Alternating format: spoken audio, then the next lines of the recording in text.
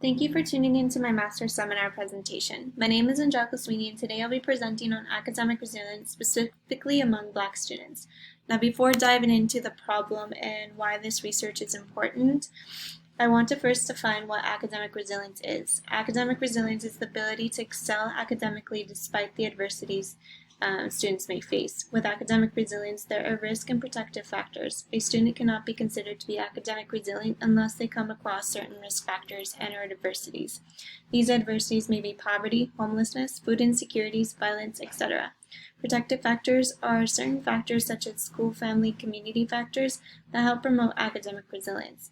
Research on students who come from low economic neighborhoods or urban communities are more likely to face these adversities, which can affect their ability to excel academically and ultimately leads to my research problem.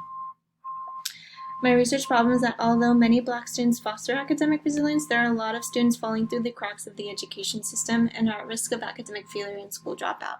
The National Center of Education Statistics state that in the year 2017, Black students were the second highest ethnicity group to drop out of school.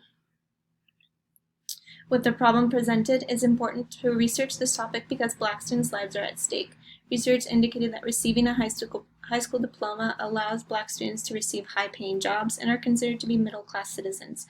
If Black students do not graduate and receive high school diploma, they are more likely to have repercussions such as unemployment, imprisonment, and increased involvement in criminal activity.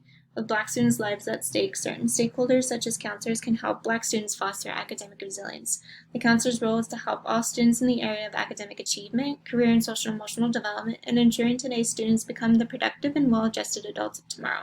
With this in mind, it led me to question what are counselors doing to help Black students overcome barriers and reach academic resilience. Therefore, led to my research question, which is in what ways can counselors promote academic resilience among Black students at risk of academic failure and school dropout.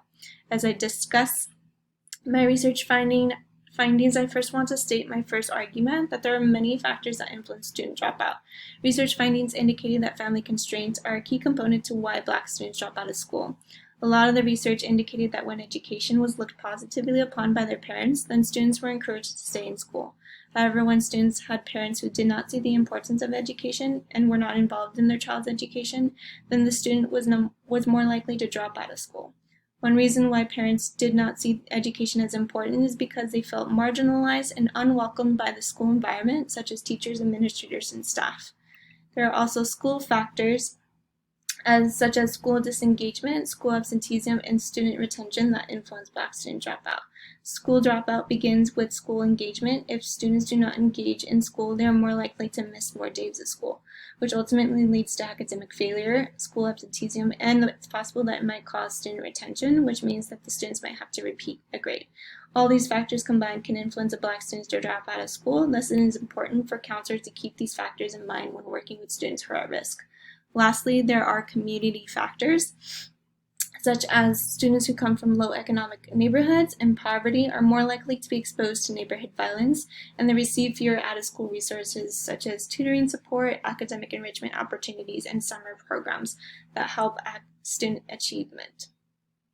As I transition to the research I found on academic resilience, I want to emphasize on my main argument, which is although counselors help academic resilience among Black students at risk, there are certain institutional barriers such as non-counseling related duties, principal expectation, and high student-to-school counselor ratios that hinder the ability for counselors to help foster academic resilience.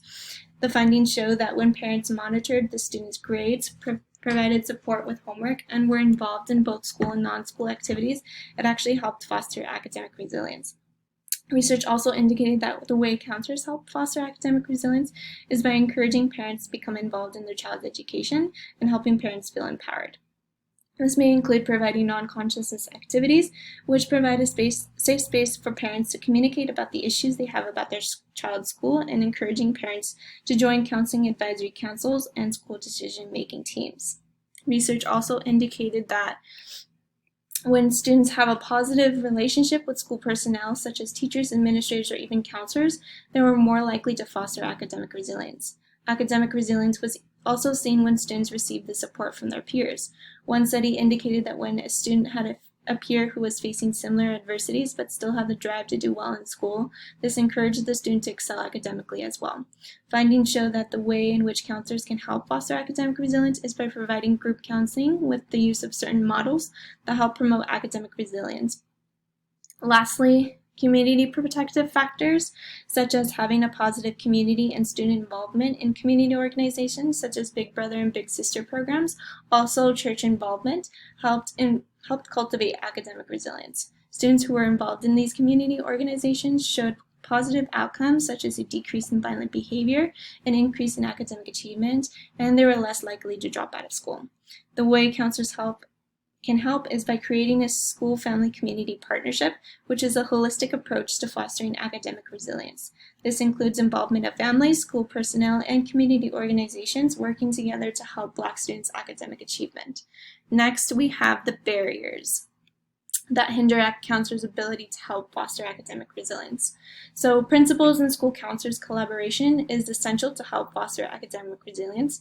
Therefore, when the collaboration does not occur, counselors are unable to implement a school-family community partnership or even implement group counseling sessions.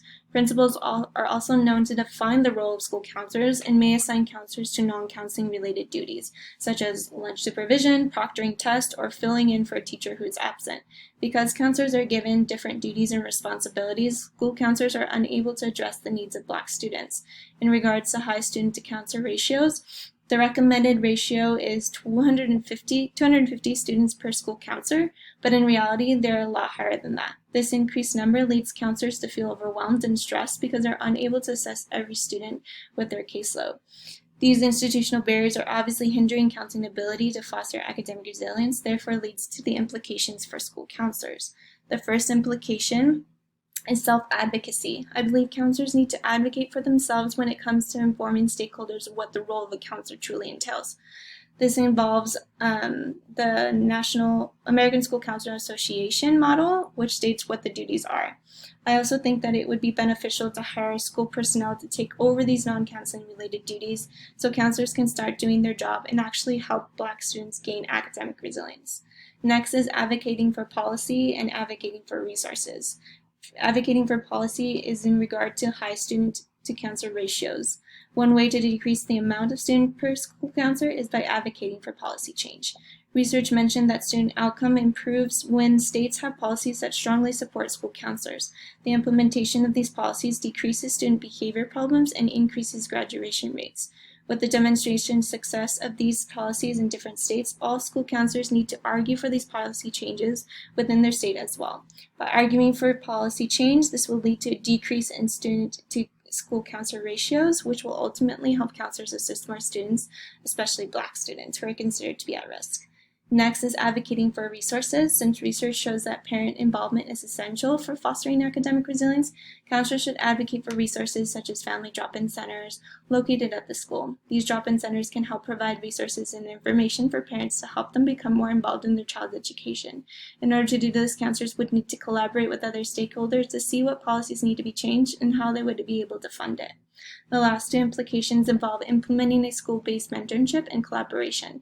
I believe counselors can implement a school-based mentorship by providing supportive teachers and to become mentors, and also reaching out to different community organizations to find appropriate mentors. I also think that it would be beneficial for counselors to start an alumni mentoring program like most universities have today. This would be beneficial because it would allow students who have already graduated from their school and are looking to help someone who may have been in their same shoes. Lastly, I believe school-family community partnerships are essential, so counselors should have ways to gain principal buy-in. This may include joining leadership teams in meetings. I also think it would be beneficial to invite other schools who have implemented school community partnerships to speak to stakeholders at their school so they can get a better understanding of what the partnership entailed and what things they would have to do to implement these partnerships. In conclusion, although there are many implications, I would believe further research needs to be conducted to best serve this population because, again, Black students' lives are at risk, and I believe stakeholders such as counselors should do everything in their power to help Black students who are at risk of academic failure and dropout to cultivate academic resilience. Now, before this presentation ends, I want to leave you with something to think about, and it's a quote from Dieter Uchtdorf, which states, "It's your reaction to adversity, not adversity itself, that determines how your life story will develop. Thank you for listening. And here's my reference.